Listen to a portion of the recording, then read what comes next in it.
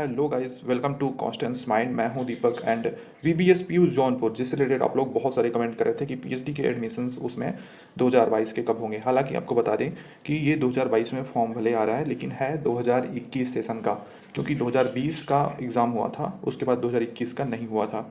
तो यहाँ पर 50+ विषय हैं और यहाँ पर नेट मतलब कि एग्जाम कैटेगरी वाले एंड जो ओनली पीजी वाले हैं, जो नॉन एग्जाम कैटेगरी वाले हैं, वो सभी अप्लाई कर सकते हैं। तो एग्जामेशन का क्राइटेरिया क्या है उसको भी देख लेते हैं और सभी डिटेल्स को ब्रोश्योर के साथ डिस्कस करेंगे।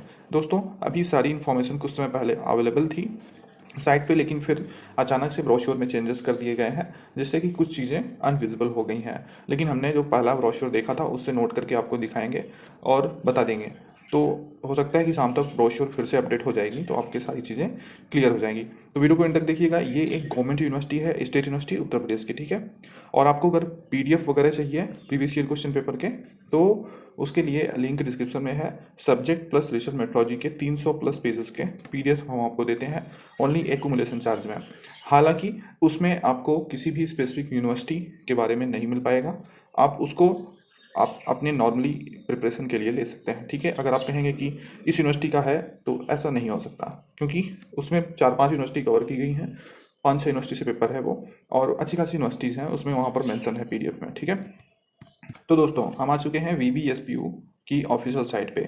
आपको vbspu.ac.in पर आना है और वहाँ पर नीचे स्क्रॉल होता दिखेगा पीएचडी एंट्रेंस एग्जाम इन्फॉर्मेशन 2022-21, ठीक है।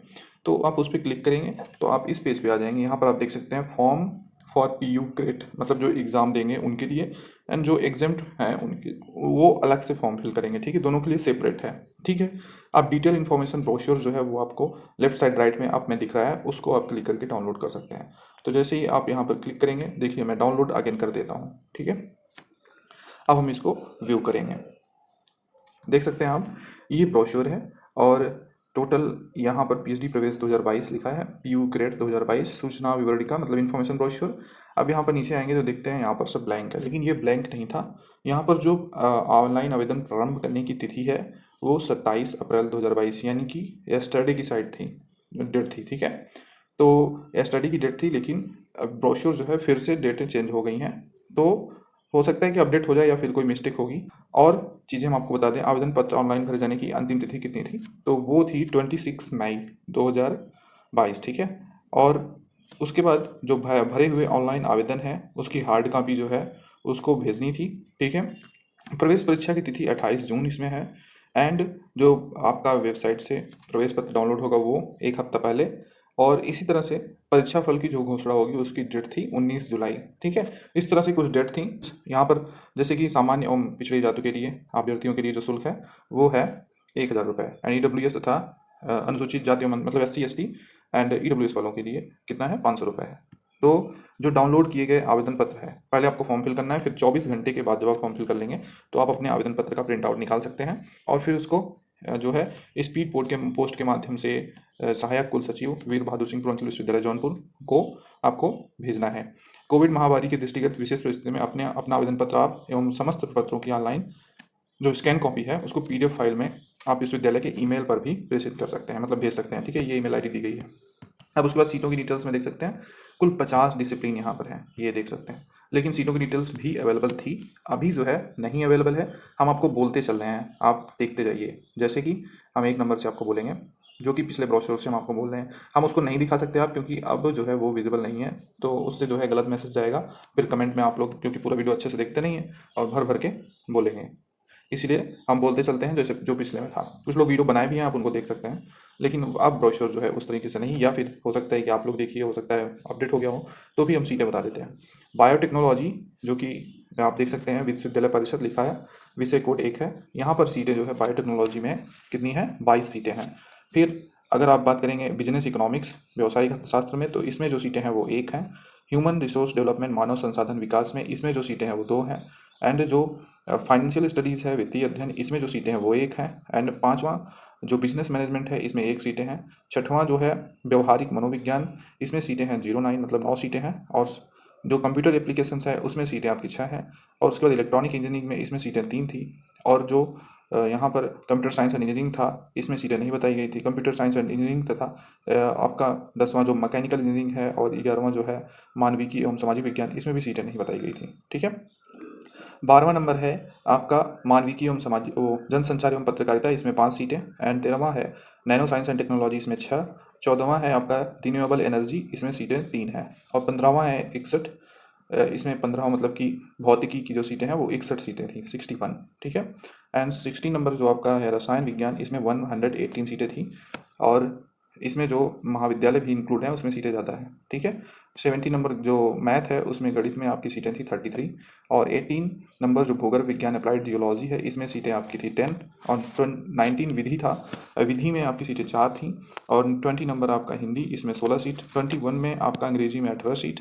एंड समाजशास्त्र जो है उसमें आपका 27 सीट है, मतलब थी, अभी विजिबल नहीं है, हो सकता है अपडेट हो जाए। 23 जो कि आपका है राजनीति शास्त्र पॉलिटिकल साइंस, इसमें 43 सीट। 24 नंबर जो कि आपका प्राचीन इतिहास है, इसमें 9 सीटें हैं। बहुत ध्यान से सुनिएगा दोस्तों। 25 जो है मनोविज्ञान, इसमें आपका 33 सीट। और 26 सैन्य विज्ञान, इसमें जो है आपका 25 सीट। एंड 27 इतिहास में आपकी सीटें थी 9। 28 जो है वो अर्थशास्त्र है, अर्थशास्त्र में 44 सीटें थी। 29 शिक्षा शास्त्र, इसमें 10 सीटें। एंड जो 30 है उसको देख लेते हैं।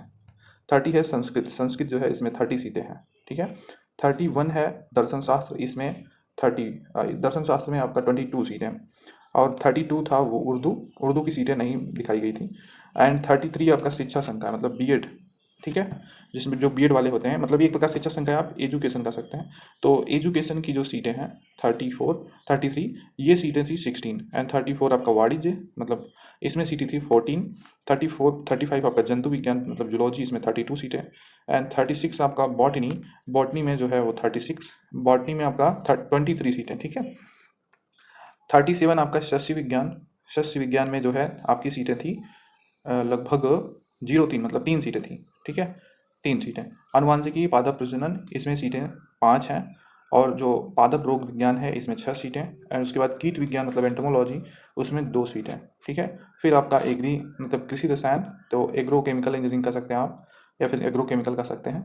तो एग्रो केमिस्ट्री कृषि रसायन कहते हैं, एग्रो केमिस्ट्री, तो 41 में आपकी सीटें थी 4 सीटें। ठीक है। अब आपका है उद्यान विज्ञान, इसमें 02 सीटें मतलब 2 सीटें। एंड पशुपालन एवं दुग्ध विज्ञान में 2 सीटें। एंड आपका कृषि अर्थशास्त्र में सीटें नहीं परिलक्षित थी। एंड 45 गृह विज्ञान था, तो इसमें 4 सीटें थी। 46 भूगोल, इसमें 15 सीटें। एंड 47 आपका शारीरिक शिक्षा फिजिकल एजुकेशन, इसमें जो है आपकी सीटें थी 9। 48 है कृषि प्रसार, इसमें 1 सीटें थी। और 49 में संगीत की सीटें नहीं दिखाई गई थी या फिर अवेलेबल नहीं होंगी। कृषि अभियांत्रिकी लास्ट है, इसमें 1 सीट है। ऐसा था, इसलिए हम आपको बता दिए। इस ब्रोशर को आप मान के चलें या अपडेट होने की वेट करें। अब पीएचडी यहाँ पर जो है इसमें फुल टाइम पार्ट टाइम दोनों के लिए एप्लीकेशन है। तो एलिजिबिलिटी क्राइटेरिया क्या है एडमिशन के लिए, तो 55% मार्क्स आपका होना चाहिए आपके रिलेवेंट डिसिप्लिन में पीजी में। ठीक है। मतलब ओबीसी, एससी, एसटी और जो पीडब्ल्यूडी वाले हैं इन सभी के लिए 5% का रिलैक्सेशन है, 50 अंक। ठीक है। अब यहाँ पर यह भी कहा जा रहा है कि परास्नातक मतलब पीजी पाठ्यक्रम के अंतिम शैक्षणिक सत्र में अध्ययनरत विद्यार्थी भी पीयू क्रेड के लिए आवेदन कर सकते हैं, मतलब अपीयरिंग वाले भी कर सकते हैं। किंतु शोध पाठ्यक्रम में प्रवेश से पूर्व उन्हें परीक्षा उत्तीर्ण कर अपेक्षित अर्हताएं पूरा करना आवश्यक है। ठीक है। अब यहाँ पर एग्जाम्शन फ्रॉम एंट्रेंस टेस्ट, तो इसको देख लीजिए। एग्जाम्शन मतलब कौन कौन से अभ्यर्थी एग्जाम्ट होंगे, तो जो भी स्थायी शिक्षक है विश्वविद्यालय परिषद या उसके संबद्ध कॉलेज के अध्ययन कर रहे हों, अध्यापन कर रहे हों और अपना परीक्षा अवधि सफलतापूर्वक पूर्ण कर रही हैं, तो वो एग्जाम्ट होंगे, एंट्रेंस टेस्ट है।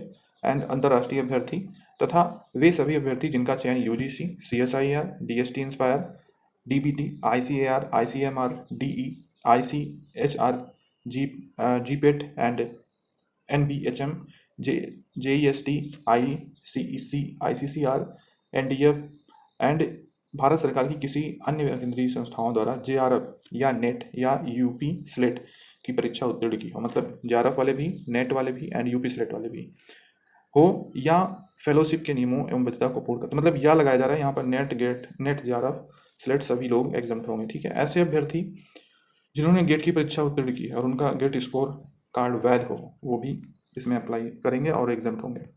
अब यहाँ पर प्रोसीजर क्या है, तो पीयू क्रेट जो होगा वो एक प्रवेश परीक्षा लिखित आधार पर होगी। लिखित प्रवेश परीक्षा में 2 प्रश्न पत्र होंगे।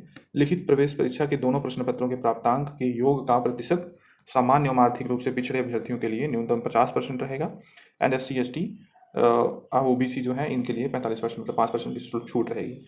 अब क्वेश्चंस के पैटर्न किस तरह से हैं, तो 50% आपका रिसर्च मेथोडोलॉजी एंड 50% विषय से आएगा, ठीक है। एंड जो विषय का पाठ्यक्रम है वो VBSPU के जो PG का पाठ्यक्रम है वो सिलेबस से होगा। अब यहाँ पर जो रेगुलर अभ्यर्थी हैं उनका जो अ, अंकों का वितरण है, मार्किंग है, वो किस तरह से होगा, तो उसको आप देख सकते हैं।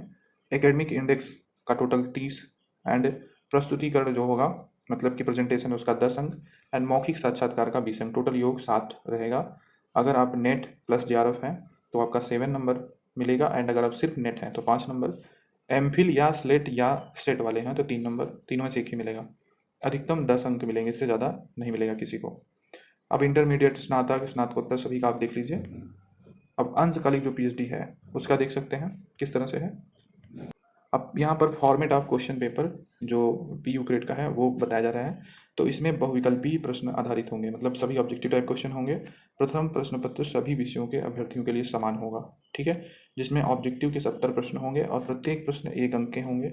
यहाँ पर यह प्रश्न पत्र शोध पद्धति रिसर्च मेथोडोलॉजी से होंगे, एंड टाइम आपका एक सही मतलब 1.5 घंटे का समय निर्धारित होगा, ठीक है। उसके बाद द्वितीय प्रश्न पत्र है, ये सभी विषयों के अभ्यर्थियों के लिए अलग अलग होंगे, इसमें भी 70 प्रश्न होंगे, ये भी 1.5 घंटे का होगा, ठीक है, और सभी प्रश्न के 1 अंक होंगे। यहाँ पर किसी भी प्रकार की निगेटिव मार्किंग नहीं होगी। पत्र जो है का पाठ्यक्रम इस सूचना विवरणिका के अंतिम पृष्ठ पर दिया गया है, मतलब ये जो ब्रोशर है इसको नीचे करेंगे आप, ये देखिए आपको यहाँ पर सिलेबस फॉर रिसर्च मेथोडोलॉजी ये दिया जा रहा है, और इस सिलेबस को आप नोट करके रखिए। आपको सभी अन्य यूनिवर्सिटी के एंट्रेंस एग्जाम के लिए भी ये रिसर्च मेथोडोलॉजी के सिलेबस काम आते हैं, ठीक है।